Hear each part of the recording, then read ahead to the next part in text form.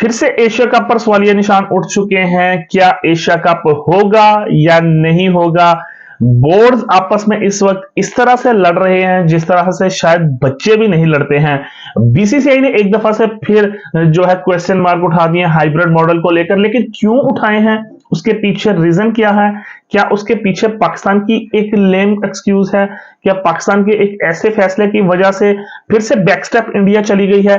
बात करेंगे इस वीडियो में। आपने वीडियो को देखना है एंड तक और लाइक सब्सक्राइब लाजमी कर देना। दोस्तों, आपको पता है कि हाइब्रिड मॉडल को लेकर काफी ज्यादा हाइप क्रिएट हो चुकी थी पिछले 2-3 दिनों से। हर मीडिया पर, इवन के इंडियन चैनल्स पर भी हमें यह देखने को मिल रहा था कि जी बीसीसीआई को एक्सेप्ट कर चुके हैं, बीसीसीआई मान चुके हैं कि पाकिस्तान का हाइब्रिड मॉडल बेहतरीन है।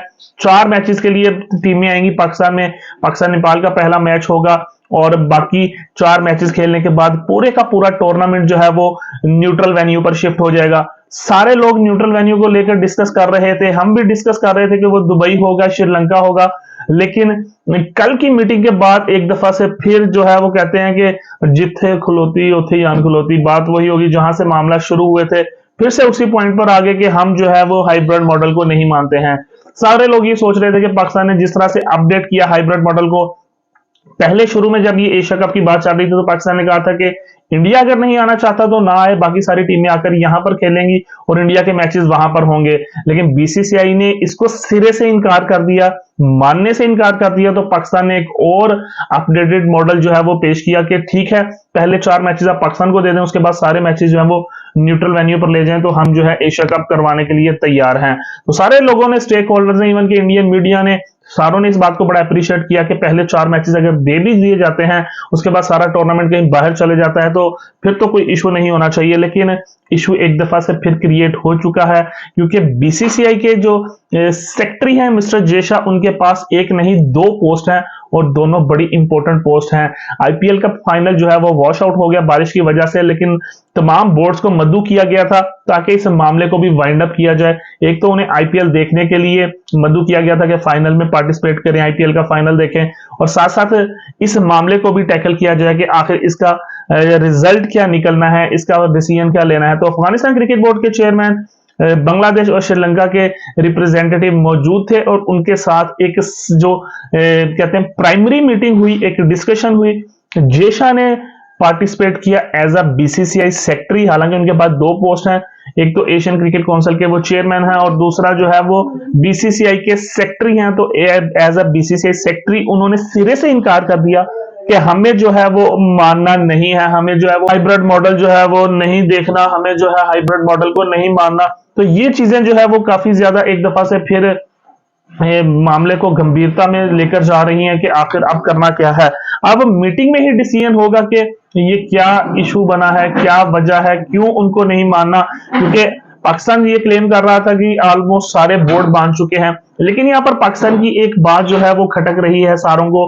क्योंकि पहले पाकिस्तान की डिमांड थी कि सिर्फ और सिर्फ जो है वो 4 मैचेस के लिए पाकिस्तान में टीमें आए और खेले और उसके बाद पूरे का पूरा वेन्यू चेंज हो जाए और एशिया कप फाइनल हो जाए। लेकिन अब जो पाकिस्तान की डिमांड है वो बढ़कर आई है जी, सुपर 4 के भी हमें 2 या 3 मैचेस दिए जाएं, जो कि एक सरप्राइजिंगली है।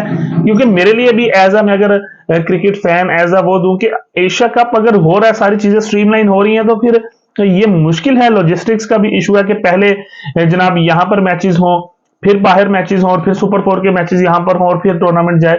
तो ये चीज शायद खटक रही है सारे बोर्ड्स को कि ये कैसे मुमकिन होगा। लेकिन अगर हम एज अ पाकिस्तान के पॉइंट ऑफ व्यू से सोचें तो पाकिस्तान ये कर सकता है।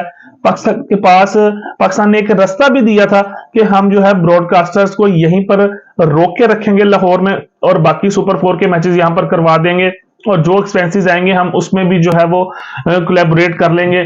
तो ये मामला जो है वो काफी ज्यादा एक दफा से फिर सवालिया निशान उठा रहे हैं कि क्या सुपर 4 की वजह से बीसीसीआई इनकार कर रही है या फिर उनको मौका दे दिया है।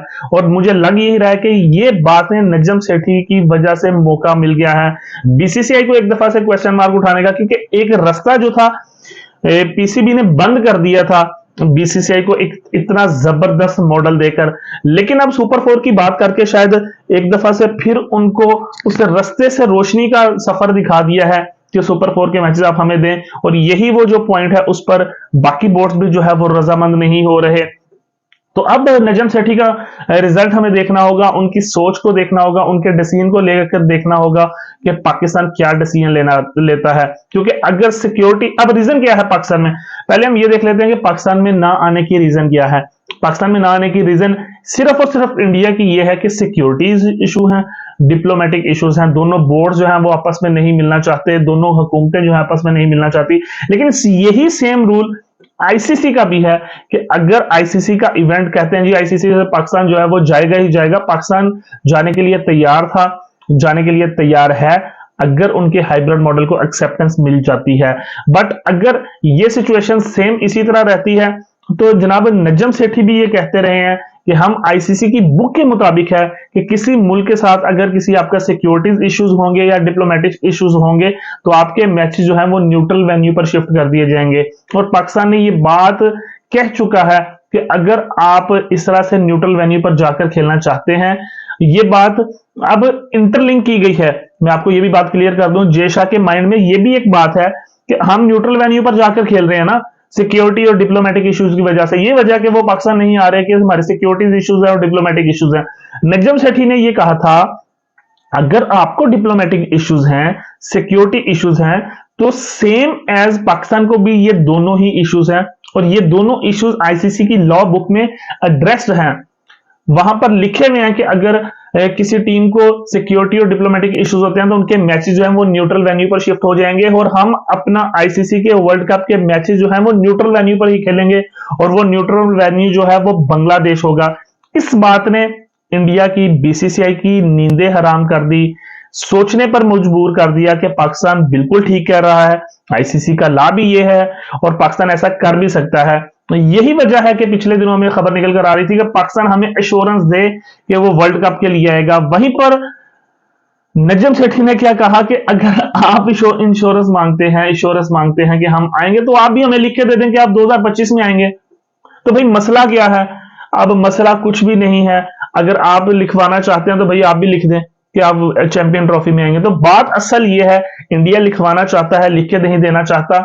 तो दाल में कुछ काला नहीं, इंडिया की दाल ही पूरी काली है।